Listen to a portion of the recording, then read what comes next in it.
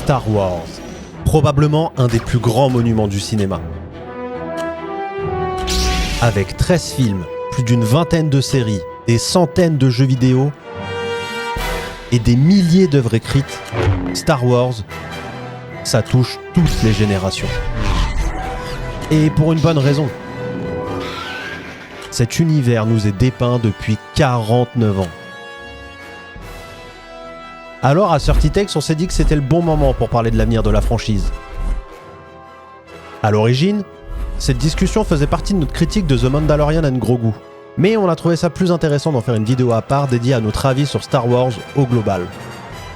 Bon visionnage. C'est quoi l'avenir de Star Wars au cinéma? Oui, parce qu'il faut savoir que déjà, c'est acté, on a Jedi Starfighter en 2027, avec notamment celui que j'aime pas, Ryan Gosling. Que moi j'aime beaucoup.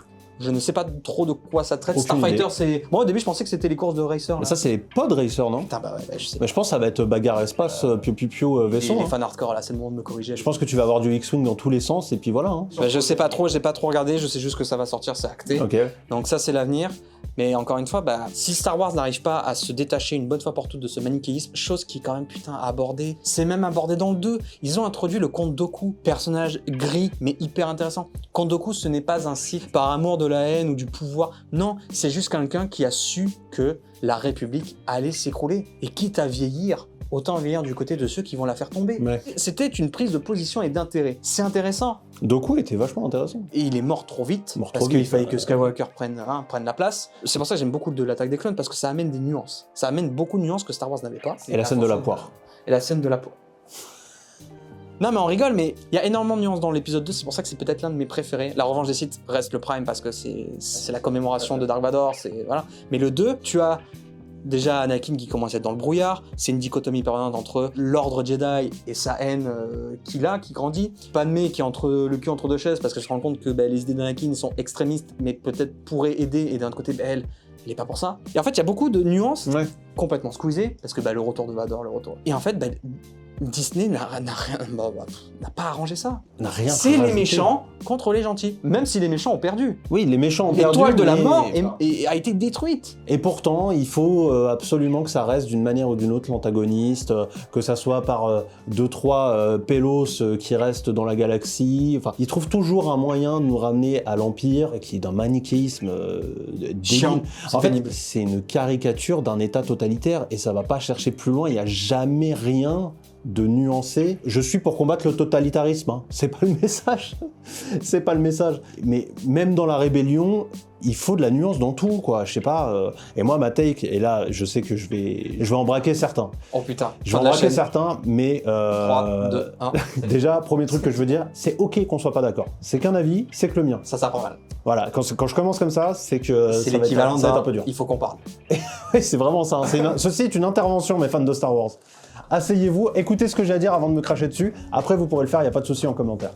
Je considère que Star Wars est l'une des franchises les moins ambitieuses qui existent. Genre, mes premiers degrés. Pourquoi je dis ça? Si vous regardez ce qu'est Star Wars et ce que raconte Star Wars, en fait, c'est pas de la science-fiction. À aucun moment, c'est de la science-fiction. C'est de la fantasy avec un design de science-fiction. Design super, iconique. Que ça soit tous les vaisseaux, les sabres laser, même les tenues des Jedi et des Sith, iconique de fou, il n'y a pas de souci. Mais les récits qui nous sont racontés, je te fais exactement les mêmes récits avec un univers médiéval, avec des royaumes qui s'affrontent, des façons de régir différentes, des rebelles qui se battent contre le pouvoir du roi. En fait, rien n'est science-fiction dans ce que ça raconte puisque les enjeux ne sont pas science-fiction. Le seul point de récit qui fait un peu science-fiction, c'est le sujet des clones. Ça, c'est un vrai truc de je me projette dans le futur, des nouvelles technologies, comment l'humain va gérer le fait de pouvoir cloner d'autres êtres humains. Star Wars va pas très loin sur ce sujet-là, plein d'autres œuvres ont fait mieux, plus loin, plus intéressant, mais au moins je reconnais que ça traite de science-fiction. Tout le reste, vraiment pas. Les Jedi, c'est juste des Templiers. C'est des religieux armés, littéralement. Ça va pas chercher plus loin. Ça peut être intéressant, hein, mais moi je trouve ça vachement limitant et j'en veux presque à Lucas de jamais avoir voulu faire plus de son œuvre. Et Disney qui rachète derrière, ils n'ont pas envie de faire plus non plus. Personne ne veut faire plus avec cette putain de licence. Et ça me rend dingue. Que tout le monde soit ok avec ça. Et pour finir, me parlez pas du lore étendu, écrit par des mecs dans une cave, j'en ai rien à foutre. Moi, Star Wars, je vais le voir au cinéma. J'ai pas envie d'aller plus loin dans l'œuvre parce que ce qu'on m'a montré au cinéma ne me suffit pas à trouver ça plus intéressant. Les films me suffisent et les films ne vont pas très loin. Et j'ai vraiment peur pour la suite de Star Wars. Eh bien, c'était Sortie Tex. On a duré 2 vidéos. Non, mais faut le dire. Non, mais c'est... Bon, bah, c'est vraiment la fin des vidéos parce que j'ai envie de répondre, c'est pas faux. Alors... non, mais ouais, c'est... En fait, ça marchait dans les années 70, parce que c'est 75, je crois, la première sortie de Star Wars. Bah, corrigez-moi encore une fois, de toute façon, on est plus une correction près. Oh, oui, t'inquiète, ils vont Mais, me corriger, là, je vais me faire corriger. Voilà, tu vois, ça va pas mentir. Mais c'est vrai qu'en fait, il faut à tout prix se libérer de ce manichéisme parce que ça ne fonctionne plus, c'est plus d'actualité. C'est plus Parce que d'actualité. si Star Wars, ça raconte juste peut-être un enjeu politique que l'on peut rencontrer dans notre monde actuel, ce qui est vrai, bah il faut maintenant mettre beaucoup plus de nuances, chose qui est quand même, je te le dis, dans l'épisode 2, il y a cette nuance, même dans le 1, quand ils vont sur Tatooine, tu le sens qu'il y a déjà des enjeux politiques de, bah ouais, on est la Grande République, bah ouais, mais regarde. Ouais, les oubliés de la Ouais, République. bah regarde, bah il y a encore des esclaves en fait. Ouais, c'est ça. Tu vois, donc il y avait des vrais sujets, toujours refermés au profit de soit les Jedi, soit les Exactement. Sith, soit machin. Alors ça fait des super chorégraphies, surtout pour le 3, mais ouais, il n'y a pas de fond. Alors que je pense que c'est un putain de matériel de base pour établir ça. Et mettre de la nuance, mais même chez les Sith, je pense qu'il y a énormément de nuances à mettre à faire. La République, c'est de la bureaucratie. C'est des enjeux, c'est comment on arrive à fédérer toute une galaxie. Bah on n'y arrive pas. Et c'est intéressant de le raconter de pourquoi on n'y arrive pas, parce que les enjeux sont différents, parce que bah il y aura toujours des antagonistes qui essayent de verrouiller. Tu veux que je te dise l'avenir de Star Wars? Je pense qu'il y aura une post-tautologie, parce que techniquement il y en a pas. Rey Skywalker, je sais pas qui c'est moi. Parce que finalement, qu'est-ce qui se passe dans Mando, dans Mandalorian, pardon? C'est que l'Empire est toujours là, il y a des vestiges. Dans la série, elle est même sur Coruscant. Elle est en train de verrouiller un peu le système de l'intérieur. Et en fait, ça va nous amener je sais pas, on pourrait appeler ça pas le premier ordre. Je sais pas, bon, appelez ça comme vous voulez.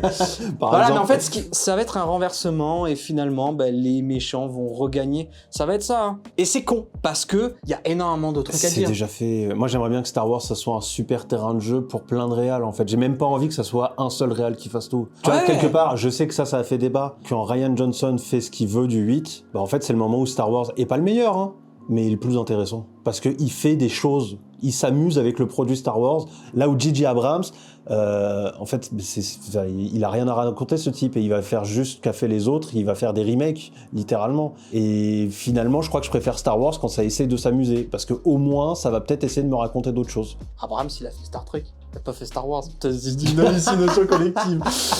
Non, mais oui, blague à part, c'est ce qu'on a reproché à l'analogie. Et si ça n'avance pas?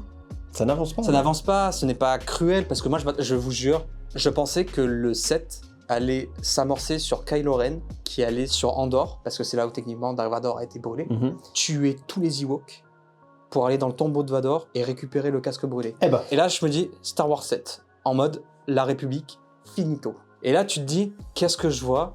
Je vois des personnages très plats, pas très bien écrits. Tout repose sur la nostalgie, de voir à nouveau des clones, voir des blasters, voir des sabres laser, ok. Ça raconte rien, on voit une épée de chevalier, bah putain, fais-le partir en croisade alors ce type. On voit des chevaliers de Rennes qu'on voit qu'une seule fois dans le 9, y a rien. Non, mais bon, ça Alors que là, il y avait un putain d'enjeu. Là, il y avait moyen de faire en sorte que Star Wars soit la putain d'épopée qu'on nous vend. À notre génération, parce que l'ancienne génération, elle a été comblée. Parce qu'elle a découvert Star Wars, donc je pense que ça doit être extraordinaire. Bah nous, on reste un peu sur notre fin, quoi. Là, on est un peu, je dirais même qu'on l'a dans le cul, donc c'est... Alors moi, je vous l'avais compris, hein, j'ai des écueils envers Star Wars depuis avant Disney même, mais c'est vrai que depuis Disney, en fait, il se passe plus rien. Et j'ai envie de te dire Ça pouvait qu'empirer. Bah oui, mais quand deux de tes produits majeurs s'appellent Obi-Wan et Boba Fett, l'aveu d'échec, il est dramatique. Tu n'as tellement plus rien à raconter que tu vas rechercher les personnages, les retravailler. Il y a un moment, c'est plus possible. C'est comme si tu rappelais les frères Russo, Robert Downey Jr. et Chris Evans et que tu crées un Avenger. Ça serait pas un aveu. Ça serait pas un aveu d'échec. Bon, après Marvel, on en discutera plus tard quand ça sortira parce que c'est peut-être une autre stratégie. Mais c'est vrai que on aura l'occasion. La galaxie n'est pas assez étendue. La galaxie est toute petite, ouais. Mais c'est ça, la galaxie est si petite. Non mais vraiment, je pense qu'il y a des enjeux et en effet, d'ordre de la science-fiction. Ouais, le clonage c'était intéressant d'un point de vue d'éthique, d'un point de vue. En plus, c'est le 2 qui l'amorce, donc c'est bizarre parce qu'on. Attendez, il y a un Jedi qui a fait appel à une planète en dehors de la bordure extérieure pour faire des expériences que la République proscrit. Tu te souviens du nom de cette planète? Kamino. Kamino, merci. Moi, je vous le dis, hein, ça vous montre à quel point je suis pas fan de Star Wars. Obi-Wan qui va sur Kamino, ouais. C'est top 2 ou 3 de mes moments préférés de tout Star Wars. Parce que c'est le moment où j'ai l'impression qu'on me fait de la sci-fi. Le combat contre Django, cette scène sous la pluie, même les Caminiens, je crois, Caminéens, je sais plus comment ils s'appellent. Bon, bref, ce peuple. Ceux de Camino. Je trouve que c'est un des moments les plus intéressants de Ouais, Star parce Wars. que- Et l'autre moment ouais. que je préfère, les autres moments, c'est la politique. Comment tu fais de la politique avec des races qui n'ont pas les mêmes enjeux. Star Wars a décidé de s'en foutre et tout le monde parle anglais parce que c'est plus facile. Mais moi, c'est ça que j'aimerais voir dans Star Wars aujourd'hui. Je veux qu'on m'explique comment des peuples qui n'ont pas les mêmes enjeux, les mêmes besoins, les mêmes dialectes font Coopère, ouais. pour faire société. C'est ça que j'aimerais bien savoir. Ça, c'est de la sci-fi. Et je pense qu'on le verra jamais, je vais être honnête. Je pense qu'on le verra jamais aussi parce que je pense que Star Wars est bloqué par ses fans. Ah putain, c'est marrant, moi j'avais dit bloqué par Disney. Regardez un peu comment fonctionne le business model de Disney avec les parcs, les produits dérivés, les films. Et en fait, tu te rends compte que le film n'est qu'une amorce pour les parcs d'attraction. Enfin, tu vois, c'est toute une mécanique. Et encore une fois, bah, c'est pas pour nous, quoi. En fait, je pense qu'il va falloir arriver à un stade où Disney va nous délaisser. Parce que c'est pour les enfants, parce que c'est les enfants qui demandent des jouets, parce que c'est les enfants qui disent à leurs parents « Putain, il faut aller à Disneyland parce que là-bas, il y a un Faucon Millenium ou il y a Star Wars. » C'est même pas une critique du capitalisme ou quoi, c'est juste que c'est une société qui a un business model bien établi Qu'est-ce qu'ils et s'en qui doit foutent, vendre. les enfants du Faucon Millenium? Ben justement, Disney doit instaurer ce Star Wars-là qui va toucher les gosses. Grogu, je suis sûr qu'il a été créé dans ce but-là. Oui, je suis Tu vois ce que je veux dire? Vendre des peluches, vendre des choses pour que l'univers soit, d'un point de vue business, étendable. L'histoire de politique, ça nous toucherait nous, les adultes. Tu voudrais dire que Star Wars n'est pas ambitieux et enfantin?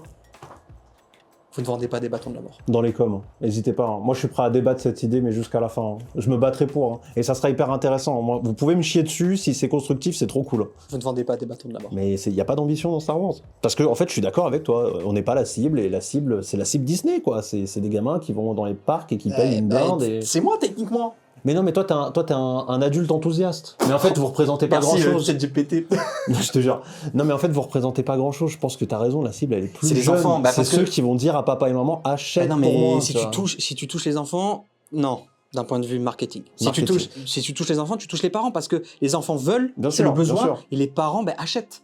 Si je veux un avenir de Star Wars, dans l'immédiat, je ne veux plus voir de X-Wing et je ne veux plus voir de sabre laser. Et je vais même plus loin. Et qui est il faudrait trouver le responsable pédagogique du cinéma entier au monde pour qu'il instaure une règle. Pour moi, si la franchise, tu l'as vu au cinéma ces 20 dernières années, tu ne peux pas produire une suite. Ou une série annexe, tu ne peux pas. Tu es obligé de faire un effort de créativité parce que finalement, c'est ça aussi. Je veux pas voir de X-Wing. Voilà.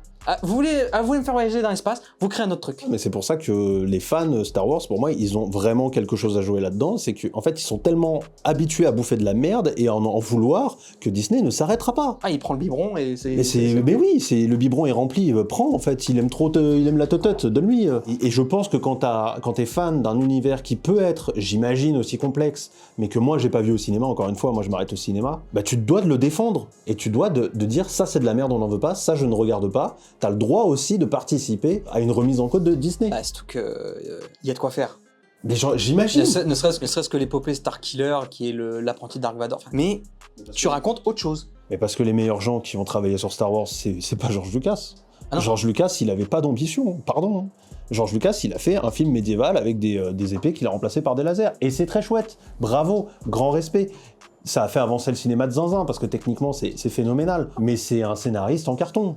C'est la fin de cette... Et c'est les John Random dans leur cave qui ont écrit des comics qui, apparemment, c'est ça le meilleur de Star Wars. Je ne demande qu'à le voir. Mais battez-vous pour que Disney fasse pas ces merdes-là dans ce cas-là. Ça n'arrivera jamais. Ça n'arrivera jamais. Ça n'arrivera jamais.